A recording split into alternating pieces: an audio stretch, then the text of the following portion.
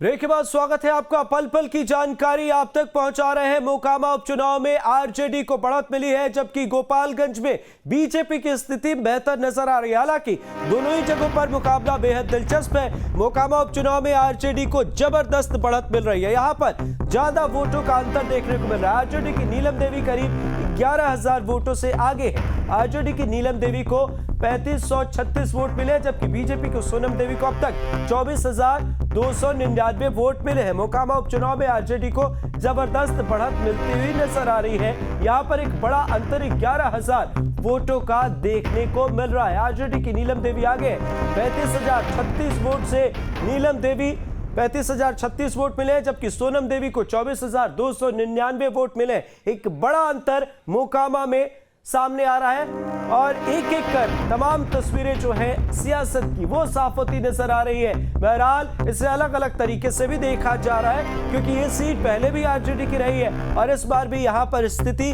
बेहतर आरजेडी की नजर आ रही है। माना यह जा रहा है कि ये मुकाबला बेहद दिलचस्प इस वजह से भी है क्योंकि उपचुनाव है और दो ही सीटों पर फिलहाल चुनाव और उपचुनाव हो रहे हैं। तो ऐसे में स्थानीय मुद्दे जो है, स्थानीय जो चेहरे हैं वो ज्यादा हावी है। पर जिस तरीके से तेजस्वी यादव पहुंचे और तमाम नेता, बीजेपी के भी नेता पहुंचे, ऐसे में बिहार में महागठबंधन की सरकार होने का भी इसे फायदा मिलता हुआ नजर आ रहा है। इसे इस तरीके से भी जोड़कर देखा जा रहा है।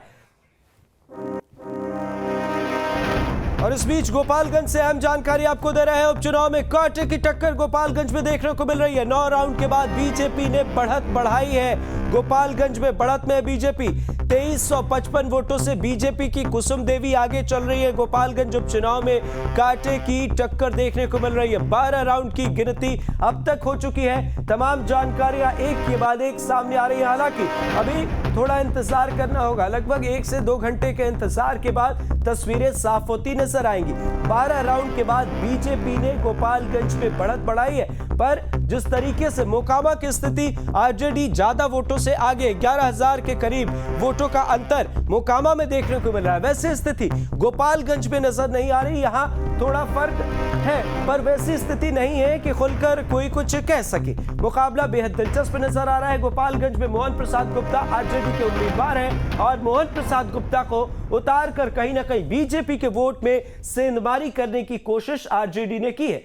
इंदिरा यादव बीएसपी से इससे पहले के चुनाव पर अगर हम गौर करें तो इंदिरा यादव की स्थिति ठीक ठाक रही, दूसरे नंबर पर थी। एक बड़ा वोट जो है उसे, वोट जो तबका है उसे उन्होंने आकर्षित किया था, पर इस बार स्थिति बहुत बेहतर नजर नहीं आ रही और कुसुम देवी यहां पर आगे चल रही हैं। सहानुभूति वोट की बातें कही जा रही थी, पर मुकाबला यहां पर दिलचस्प नजर आ रहा है। मोकामा की आपको तस्वीरें दिखा रहे हैं। देखिए, नीलम देवी और सोनम देवी के बीच मुकाबला है। यह मुकाबला बेहद दिलचस्प है, पर नीलम देवी ज्यादा वोटों के अंतर से यहां पर आगे चल रही हैं।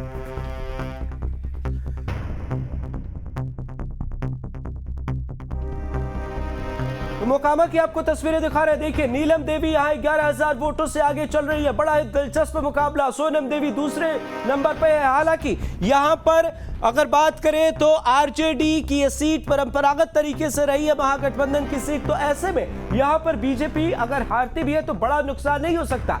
पर जिस तरीके से गोपालगंज में मुकाबला दिलचस्प होता नजर आ रहा है, वो कहीं ना कहीं एक सवाल खड़े कर रहा है कि आखिर स्थिति क्यों इतनी गंभीर बनी हुई।